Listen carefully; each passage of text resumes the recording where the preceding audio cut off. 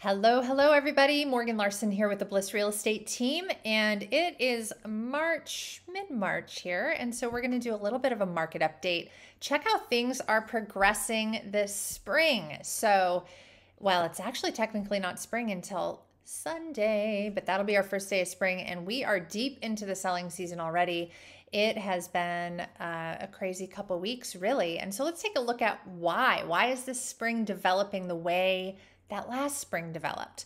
So first up here is a graph here that shows you in the light green the homes that have come up for sale. This is Dorado County, though these stats are going to be similar for most areas of Sacramento, including Folsom. In fact, I would just say it's a little bit more intense in Sac County and Placer County than in Dorado County.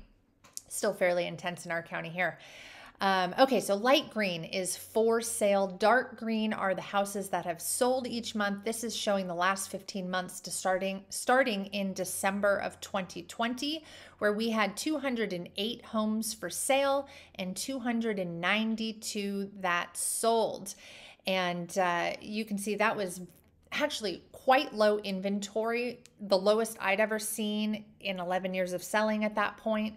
And then this year, 12 months later, we actually had fewer homes for sale and thus a few less sold because we didn't have as many for sale. But it kicked us off again, just saying, hey, that inventory dropped out from this summer. We had a summer high of 395 new listings in October, which is technically fall, but that dramatically dropped in November and December.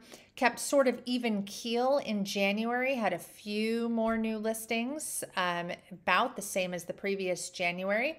And then we actually had a good little kick up in February.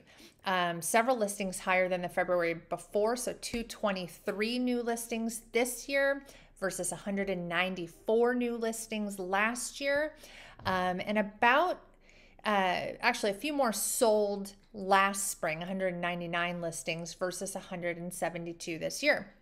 But essentially, we are in a position right now that we don't have enough inventory for the buyers, or just barely. In fact, I'll show you. I'm going to click over here to months of inventory. And you can see we actually had a summer high of almost 2 months of inventory, which kind of sounds like a lot because we're in an extreme market, but that is still very much a seller's market. And then that dropped way down again in December, and it has crept up a little bit. So we have about 1.3 months of inventory, which means if no new homes came on the market right now, everything would be sold. All the $1 million plus beauties, as well as the not so great shacks. They would all be gone in 1.3 months, 6 weeks or less, gone, sold, done. So that takes us over to, okay, well then what does that translate to for average days on market? How fast are things selling?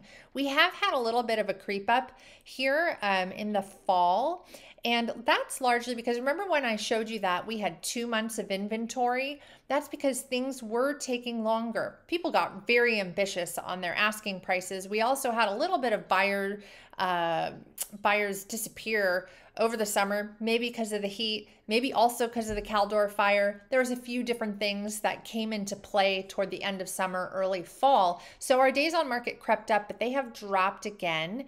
And we're actually a little bit lower than we were last February. We were at 40 days last February. We were at 36 days this February. That does mean that for every house that sells on average, there's a house that sells at half average or less, and there's the houses that take longer. The key to why houses take longer, they didn't price it right. The marketing was terrible. So just keep those in mind. The houses that are priced reasonably well for what they are selling very quick. Just got 4 offers on a house over the weekend, and what was it, 4 or 5 offers on the house the weekend before. So, market is very strong overall, so long as you price reasonably well. On that same trend, when days on market went up, negotiability went down, meaning that this is the average sales price to the original list price. And we were floating in the hundreds most of last year, took a dip to 99%, 97%. So people getting a lower percentage on their asking price, but then it has ticked back up. People are getting 100% of what they're asking at this point. And actually, truthfully, for the ones that price right and have a nice product that they're putting out there, they prep well, we're selling over 100% at this point. Our price per square foot has continued to increase. We did have a bit of a high last August, a little bit of a drop in the fall, and it's popped right back up. So this month versus 1 year ago, we've seen a 14.4% change. So that's a nice hefty equity gain for all you homeowners out there.